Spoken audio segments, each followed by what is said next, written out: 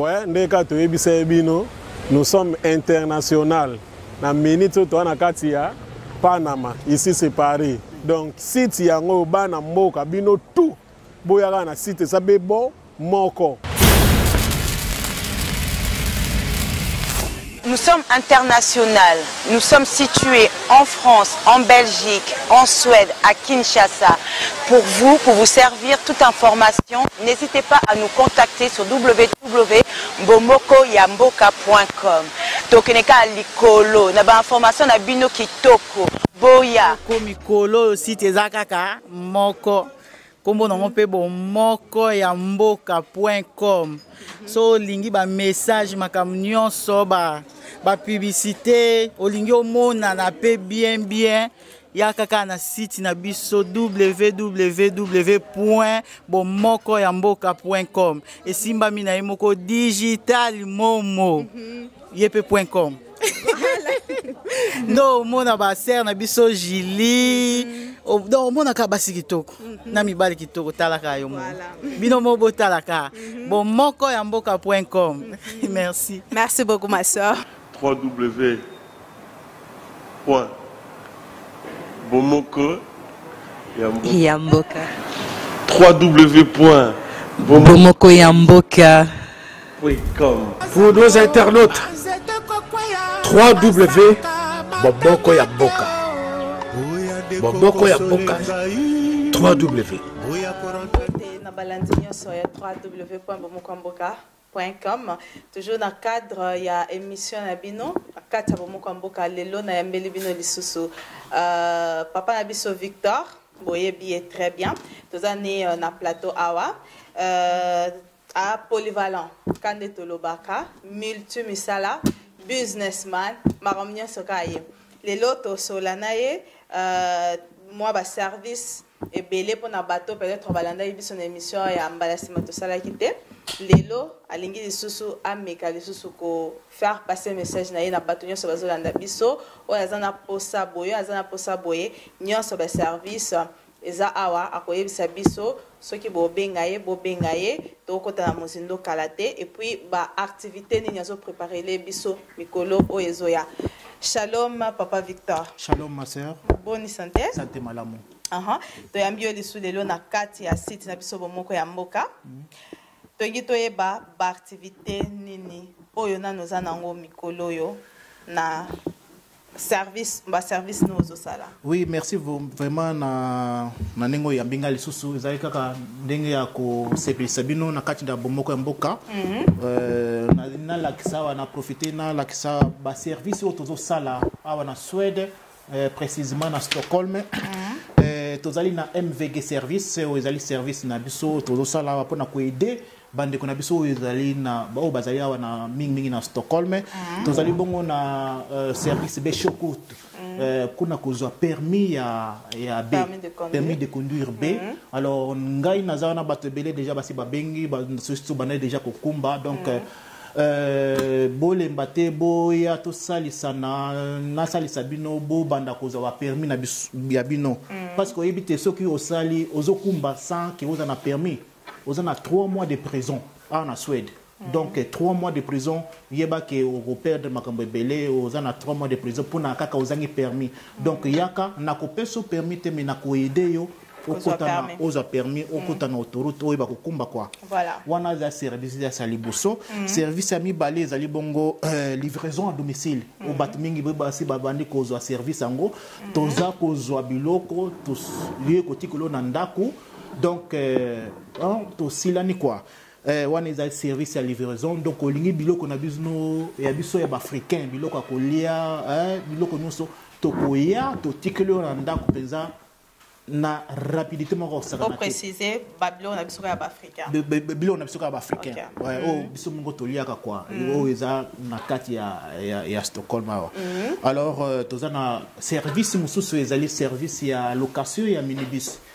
Et là, les gens mingi batu mususu bazo profiter nango na moni ba soldat bango mo bazo profiter nango. Alors bande ko na biso ba congolais nanu ba ni ko zongo te mais na lancer appel lisusu ozana mariage na yo ozali na ozoki nous batu na aéroport ou bien ozozo bango na aéroport otika bango na ndako ou bien ozozo bango na ndako otika bango na aéroport benga biso tous un chauffeur, tous un minibus, s'il vous plaît, avec 2 minibus avec 9 places. Donc, toko sali sabino, to zaka pona ko sali ça quoi. To sali ça na to avec un prix vraiment très réduit. Toko sali ça na po to to na kati ya bomoko quoi. To sali sa communauté. O eza susu ya mutu ya eske to bimina data service donc ozana problème non na laptop na yo na ordinateur na yo. O virus ekoti yo ou bien oza ko opudate rango te ou bien zo tambola te komi malembe na bakisi yaka donc biso to kozwa ordinateur na yo oye to bongisi yango to zongusulu yango pe oza na pour ça penza on se déplacer minute dans n'importe quel problème on a data ordinateur laptop ordinateur vraiment to ko bongisa alors service musu se bimi susu lelo tunanga nini susu wana pona ba papa na bana mibali donc tozo ya epa na yo o pesi biso ka date o pesi biso heure to ye na coiffeur. Oh, okotungisa komitungisa su mingi te okubana okwenda ko vana na ville kuna osala 2 heures de temps pour bakato suki te one makamone sili alors pona ko aider ba peuple na biso te promete sikoyo pona ko aider ka ba peuple na biso to ye to coiffeur a katiba na ndako bana papa ti na mwana suka donc oza ba coiffeur to yo mo oza coiffeur ngana na wibo coiffeur te mais coiffeur azali na kati ya service na biso bazali service na bino service na biso bazali donc na ye na déposer le coiffeur a coiffer le bana ko bana na papa ti na mwana alors samedi moko est passé bien quoi donc il faut abukati d'abe yango wana ezali bien ko programmer au bengi biso benga biso na bomoko mboka ou bien numéro na ngeza na se wana ezo monana wana pris ezama kasi parce que te prix moko pété kuto ko sepela kuto ko gendo bebisa talanam okene na ville ofuta na no métro so bakangi na no mobulu oze la pe na oze la ngamo tango na no kata kuna na no kata nazo zelanga 2 heures de temps po bakatanga na suki alors eza pona concurrence te mais ali pona ko aider bande na biso ko se déplacer ka minute to zo ya ko itikela o coiffeur penza ya somo pozo tala coiffeur ngo pe eza ok professionnel penza abio kata bien akata déjà moi bato talanga yo mo es bakatinga mabe tana nini bakatinga yemo ngum takatinga quoi donc tozo tikulu coiffeur na ndako problème ezati quoi service mususu ezali ke bande na biso bazota Finlande Norvège Danemark pona ko salisa ba document na bango baibi awate baibi Stockholm te alors ndenge toko aider bango alors na service na biso na kati ya MVG service tozali ko guider bango toko zo bango na aéroport par exemple so baye toko zo bango na Sulusen na bateau so bauti par exemple na baye par exemple na nzela ya bateau toko zo bango to l'accès bango ta l'ambassade yango yo kendo salisa makamana o renouveler ba mikanda na quoi wana se déranger même pas na mabati se déranger te donc se déranger te akoyaka to solo bien to l'accès nzela po ba muso ba bangaka azo bunga azo ba place na kozwa te akota sulu sene ou bien azo kende na leading mais à se retrouver na Charolmen donc mobulu ya mwana to linto aider bango bo contacter biso na numéro wana bo bengi so bien avant to réserver temps to tindo le chauffeur aki ozoya atikoti na ambassade quoi na cadre wana kaka na bomoko ya mboka voilà bon service mususu ezali wana eza service morasika wana eza etali kaka population na biso ya Suède te etali pinza ata oza na Congo to bengi yango service médical quoi donc eza na service moko na Suède aboye wana eza ya GTA donc eza pinza na solo ya na bango bazoluka kutu bato baselwa bazoluka bato soko za malade nini ba malade yango ezokoka ko guérir yango te ou bien muku ebukana ou bien bazo malade bazokoka na Afrique te yo otineli biso ba dossier na yo ya malade na yo ke ba malade bazokoka ko soigner yango te alors biso na Karolinska na hôpital na biso universitaire wana kati ya Suède na Stockholm alors eza na service moko yambaka batwana so tali sali dossier abi dossier yo to traitango boy zali pour na ba expérimenter misala na bango alors yo kotinela biso dossier wana alors to bango ba étudier yango kotinela pa na ngate ngai neza na zaka canal na cadre kaka ya MVG na zaka canal na solo na batwana bozu dossier ba tiango na mesa ba étudier yango alors so bamoni ki karo yo eza bientôt étudier yango po to aider batwana bako tindela yo bako bengisa yo bako peso visa oza kutu facilité oza na visa mutu na yo aye abi basali makambo mbongo pe ofute pa na ngate ofuta ka pa na bango na Karolinska eza hôpital universitaire. Donc babenga ngo Stockholm Care. Donc na bato baza na Congo na bipai bako se déranger te bako tike na bango bafuta. Siko bango bako futa ka montant moko directement et pas na bango comme ça bango bako pesa bango prise en charge bako faciliter bango bazwa visa l'ambassade pour montrer que moto azo que se soigner alors azana posa ba se soigner parce que maladie yo bazo ko na Afrique te alors il faut ba prévenir les gens otindi le biso ba document biso to travailler ngo to lakisi kuna alors makambo simbi quoi. OK. Yangone zali ki ba service tozali ko proposer na MVG maison na biso MVG la kisi Mick avec Gouchen ou bien mention spéciale mention très bien oyo tozali ko sala bongo na cadre ya ko aider bana na biso awa na Stockholm pe na Scandinavie.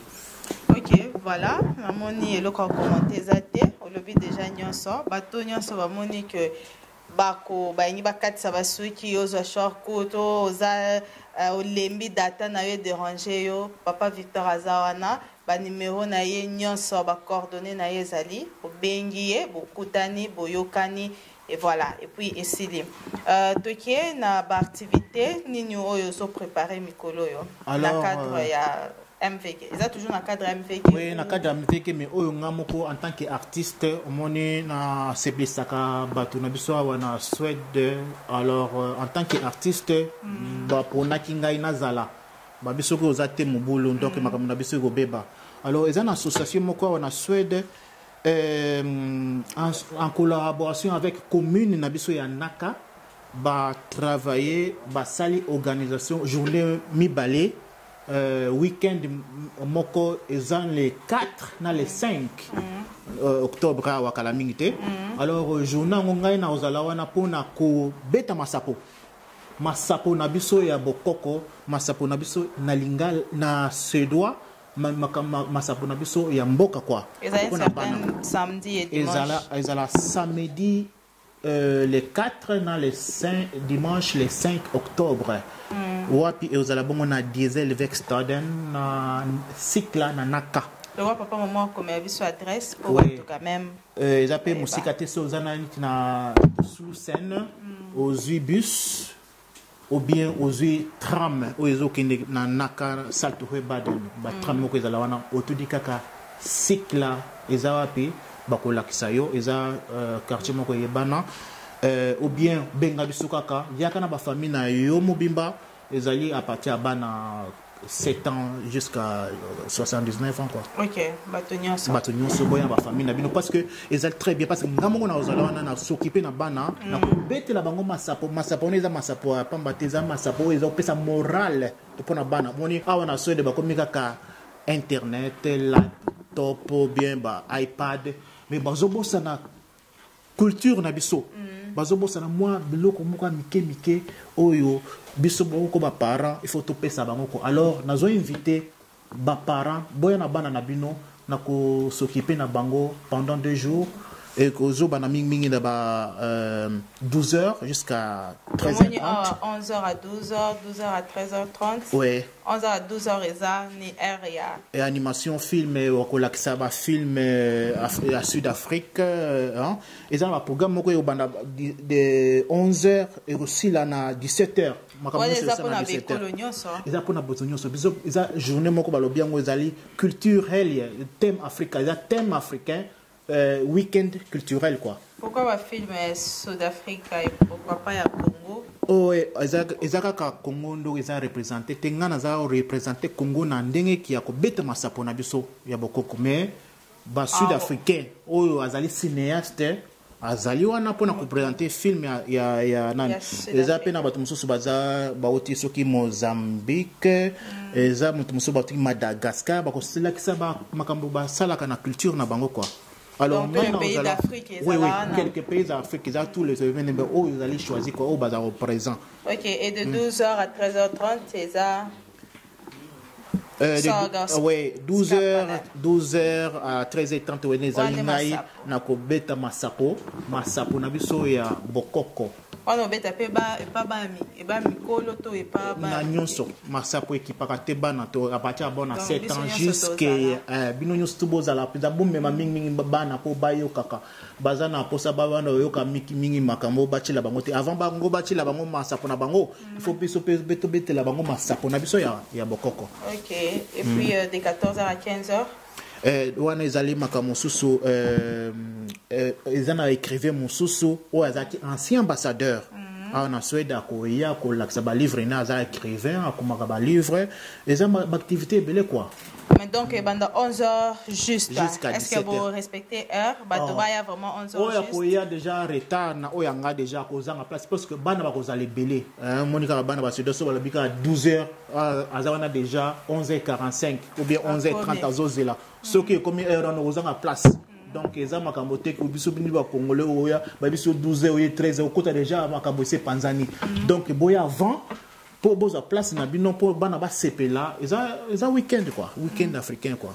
Voilà, je crois que Toko Minasuka n'évité et logoni no rotuko loba concernant les 4 et le 5 on a activité au moninga nazana pona ko soutenir culture na biso pona pe ko salisa bana to mo remarquer que bana bazo bungisa culture na biso baza susu na moi tradition na za sauter tellement que ba technique est comme développé ba comme ka chaque fois na ordinateur bazo bossa na ke ce que solola na bana boye ko pesa bango masapo ya ndenge ya bokoko na biso ekozala malamu yango wana na ko bengisa ba parents yo za na temps ya kapenza ya na bana na yo na cycle les 4 na les 5 to ko s'occuper na bana na bino ba ko sepela oyi ba pe makambo susu ndenge ole kaka na bikolo mususu quoi parce que zaka Congo mutu ozala wana ti ozala représenter na ba bikolo mususu e ozala wana. OK. Merci, je crois que tolobi déjà nyonso Toko Minasuka aux mots de la fin auto suki ça. Nazalika ko inviter bino boya kana ba activité na biso culturelle et allez bien pour na ko tombo la culture na biso africain. Merci. OK, Toko Minasuka émission na biso ngapi na profiter ko bengisa batu nyonso donc de 7 ans ko bana 7 ans bo pe bazana C. O soki ya na bana o bazana C à 7 ans ye na bango kaka donc ko bana de 7 ans ti likolo. Tobengisi bino nyonso boya le 4 et le 5 octobre pour la activité oyo eza pe gratuit donc voilà c'est dérangé te maramako futa bambongo donc eza gratuit bino nyonso boya voilà Toko Minasuka merci na boss na biso Momo Digital merci beaucoup merci les sous sans oublier Jonathan Momo merci beaucoup nayo Toko Minasuka tokutani mbala sima au revoir bye.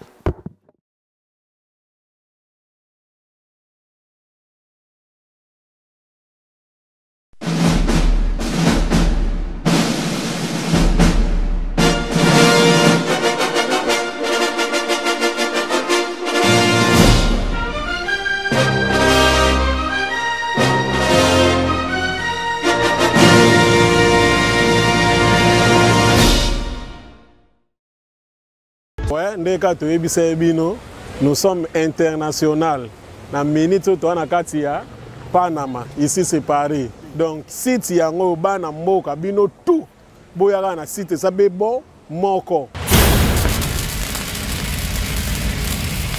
Nous sommes international. Nous sommes situés en France, en Belgique, en Suède, à Kinshasa. Pour vous servir toute information, n'hésitez pas à nous contacter sur www.mbomokoyamboka.com. Tokeneka likolo, na ba information na bino kitoko. Boya. Mikolo site zakaka moko. Kombo nango pe bo mokoyamboka.com. So lingi ba message makambo nyonso ba publicité olingi omona na pe bien ya kaka na site na biso www.bomokoyamboka.com esimba mina yemoko digital momo yepe.com ndo mona ba ser na biso Jili do mona ka basi kitoko na mibali kitoko talaka yo mo bino mo botalaka bomokoyamboka.com merci beaucoup ma soeur.